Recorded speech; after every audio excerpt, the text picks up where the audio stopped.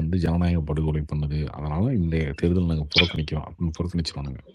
புறக்கணிச்சுட்டு என்ன பண்ணுவானுங்கன்னா, இந்த ஜென்சி மாநாடு என்சி மாநாடு டிஎம்கே என்சிலாம் போட்டு கட்சி ஏதாவது ஒரு சேர்த்த முடியுமா டிங்கரிங் பண்ணி அப்படின்னு முயற்சி பண்ணுவானுங்க.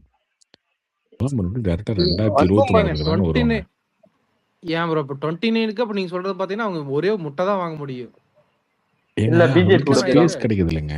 நீங்க இப்பயே இருந்தீங்கன்னு வச்சுக்கோங்களேன். இப்ப 31% எடுத்திருக்காங்கல்ல. ஸ்டாலின் சொல்றாருல்ல. 24 இவங்க மட்டும் தனி 24 இல்லைங்க கூட்டணியா 24 தான். கூட்டணி ஸ்டாலின் 31% கூட்டணி ஓகே 30. அதுல கூட்டணி கட்சியெல்லாம் இப்ப போயிடுச்சுல. திமுக 24% தான் அப்படின்னு நீங்க சொல்றீங்க. பட் ஸ்டாலின் என்ன சொல்றாரு 31%, நமக்கு அவங்களுக்கு வெறும் 3% தான் வித்தியாசம்ன்றாரு. இந்த எலெக்ஷன்ல ஒரு நாள் நின்று தாவேக்கு 50% 60% எடுத்து இந்த பக்கம் திமுக 20-25 எடுத்துருச்சுன்னு வச்சுக்கோங்களேன், அது கம்ப்ளீட்டா எக்ஸ்போஸ் பண்ண மாதிரி ஆயிடும் திமுகவை. திமுக கதை முடிஞ்சுன்னு ஆயிடும்.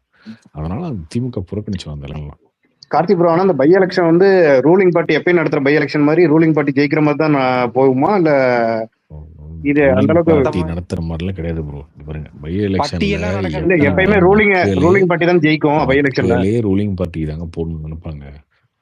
இந்த கட்சி ஜெயிச்சிருக்கு, அந்த 2 வருஷம் 3 வருஷம் கழிச்சு கூட மக்கள் மாற்றலாம். இப்பதான் வந்திருக்காங்க 6 மாசம்னா 6 மாசத்துக்குள்ள மக்களுக்கு பெருசாலாம் மனசுல மாறாது. இதுதான் சிஎம் அப்படின்னு சிஎம்கே நம்ம போடுவோம். நமக்கும் வந்து ரூலிங் பார்ட்டியோடைய